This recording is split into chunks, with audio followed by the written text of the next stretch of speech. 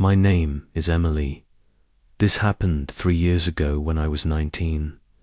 My older brother, Daniel, had just graduated from college in California, and the two of us were driving cross-country back home to New Jersey, since he'd been living out there for 4 years. He had accumulated a whole apartment's worth of stuff, furniture, electronics, books, everything, and there was no way he could fly back with all of it. But that wasn't the main reason we were doing it. I mean, cross-country road trip signed me up for that any day of the week. I considered it a summer vacation, better even. We could have taken the direct route through Nevada and Colorado, but Daniel wanted to see more of the country he'd been studying about, and I had never been to places like Zion or the Grand Canyon either. So we decided to take the scenic route along the southern edge. Daniel insisted on renting a U-Haul instead of just shipping everything or selling it and starting fresh back home. Honestly, I think he was also trying to save money wherever he could, like a typical fresh college graduate. The U-Haul wasn't huge, but it was big enough that I felt like we were driving a small moving truck across the country. Before we left, both our parents and pretty much every travel forum we looked at had the same warning. Be careful in New Mexico. It wasn't that the whole state was dangerous, but there were stories about scams targeting travelers, along with crime in some of the smaller towns and just generally sketchy situations in the more remote desert areas. Our dad specifically told us not to stop there unless we absolutely had to, and if we did, to stick to major gas stations and get back on the highway as quickly as possible. Daniel and I agreed that we'd just drive straight through New Mexico without stopping. We'd fill up in Arizona, drive through as fast as possible, and stop again once we hit Texas. It seemed like a reasonable plan. The first part of the trip was amazing. Zion was incredible, and the Grand Canyon was everything I'd hoped it would be. Driving through Arizona was actually really beautiful in a way I hadn't expected. But somewhere in the remote stretch of New Mexico, our plan fell apart. The U-Haul was getting worse gas mileage than Daniel had anticipated, and the gauge was dropping faster than we'd calculated.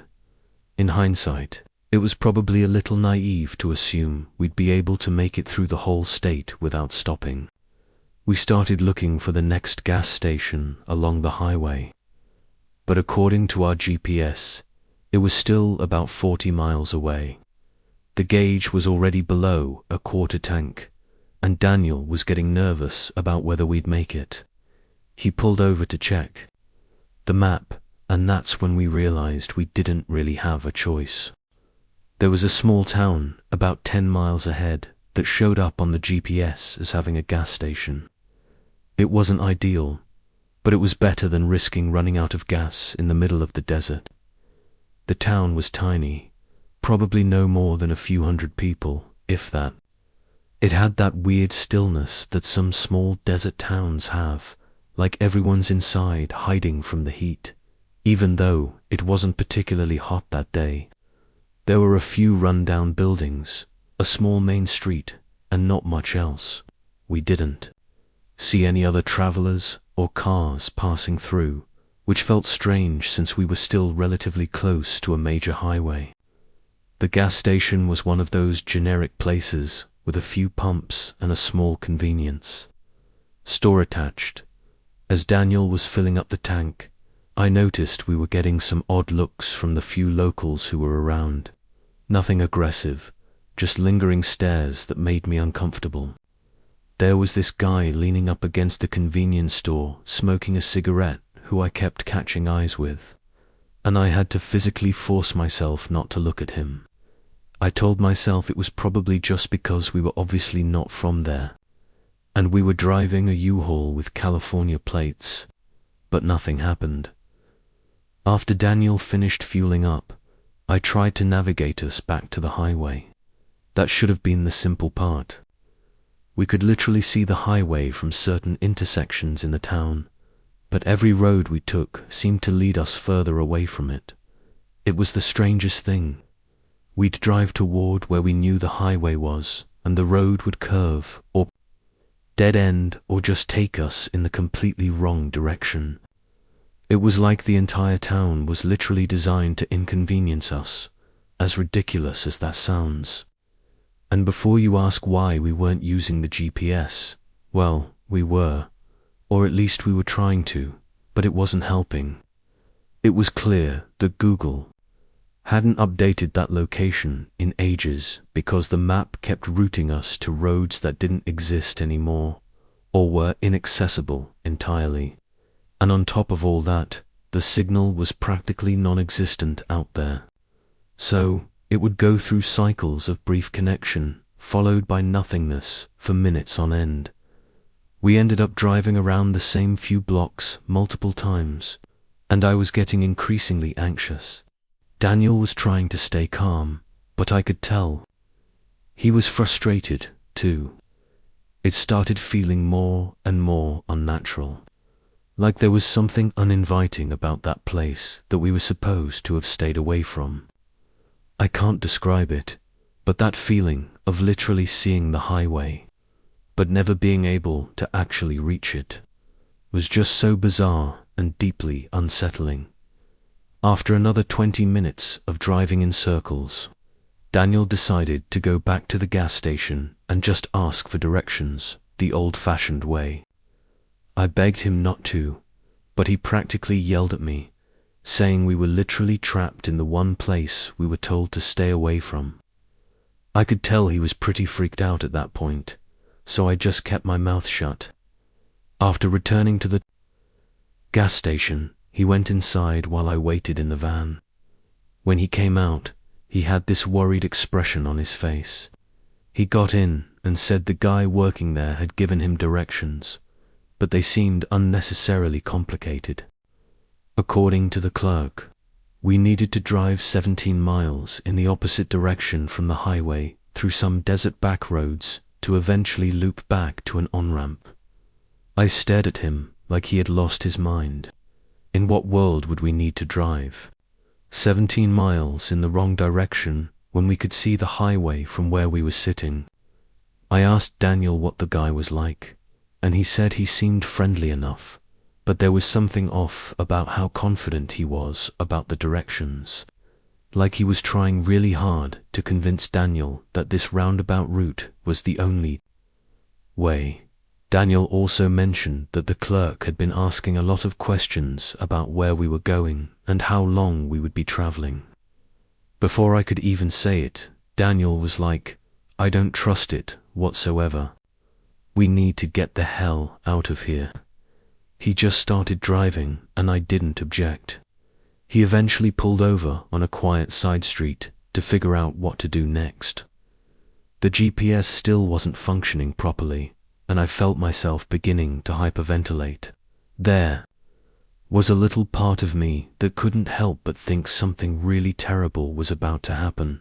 And then, as if on cue, a dusty pickup truck pulled up beside us. I felt my heart starting to race, and I looked over at Daniel, who, from what I could tell, was already preparing to speed off should it come to that. The truck's window rolled down, and the guy asked Daniel if we had broken down or were lost.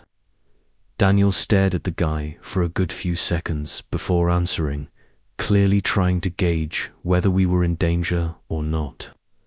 I sat there in the passenger seat trying to control my breathing. That's how freaked out I was. Had I been alone, I don't know what I would have done after a tense few moments.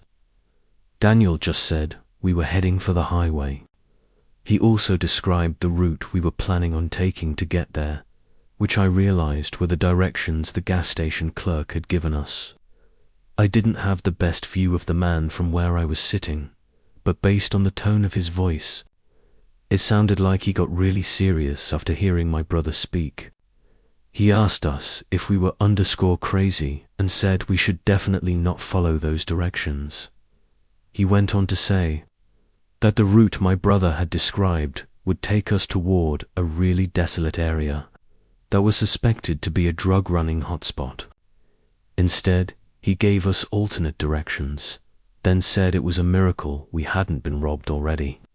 Considering how clueless we were and how badly we stuck out, driving a U-Haul and all. Then, before we could even thank him, he drove off. Neither Daniel or I said anything after that. Daniel just started driving, following the man's directions. Sure enough, about a mile outside of town, there was this gravel road that was easy to miss if you weren't looking for it. It was the least intuitive, most convoluted highway entrance I'd ever seen. But after following the road for a good while, it did actually get us back onto the highway, and that was that.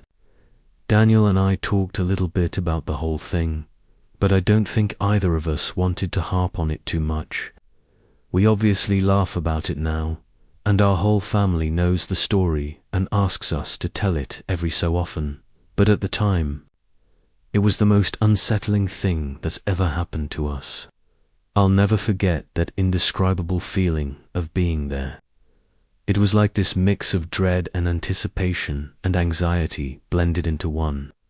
My brother described it as a kind of breathless limbo where you're not quite suffocating, but you can feel it coming. I never want to experience that again.